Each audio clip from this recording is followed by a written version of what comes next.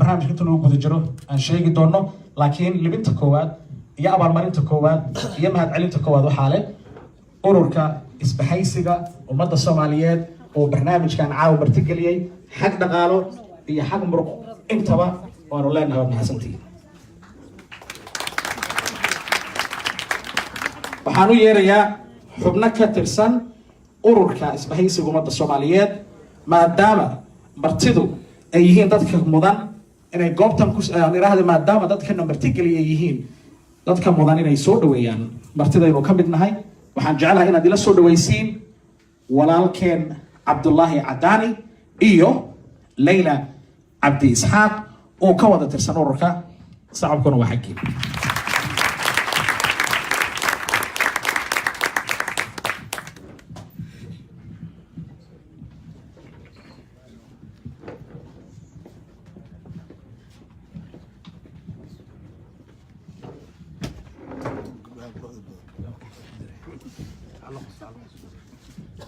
السلام عليكم ورحمة الله وبركاته. بسم الله والصلاة والسلام على أشرف المرسلين سيدنا محمد وعلى آله وصحبه وسلم وبعد اللهم وفقنا لما تحب وترضاه.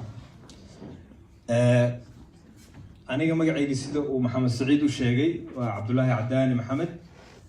قدومي كحيان كورك إسبايسي ومد الصومالية قدومي هيجا جوجو و هادو هادلي دون هادو إلا إرادو حقرب كي تايم ولا شيء ليلة waxaan isu istaagnay kaliya inaan maarkino muxuu ahaa aan soo dhaweyn walaalaheen Alba Trust wax yarna aan ka dhaho safarkan oo aan isla soo bilaabnay Alba Trust sidoo ku bilaawday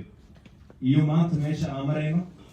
iyo waxaan hor yaala ay u baahan beritoole inaan si wada jir ah ku qabsano hadduu Ilaahay yiraahdo. walaalkii daahir calkulmi Ilaahay khayr siiyo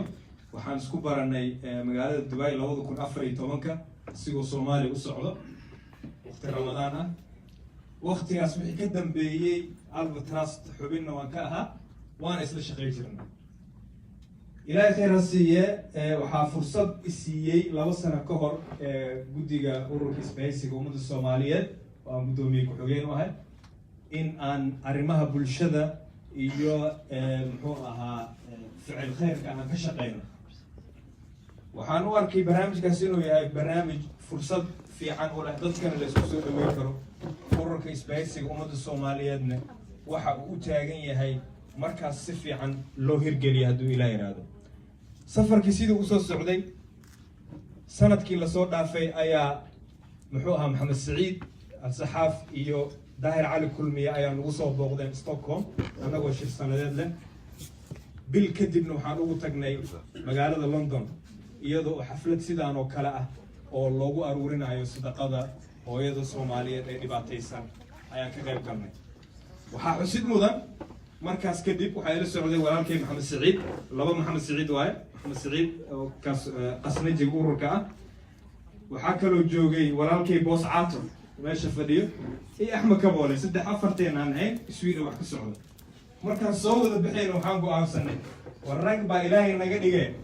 aan maarkino ku dadaalno sanadka dambe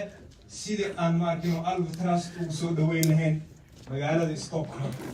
xaawana waxaan u wada fadhinaa inaan soo dhaweyno Alba Trust oo si wanaagsan maarkino muxuu ahaa xafladeeda ay u dhacdo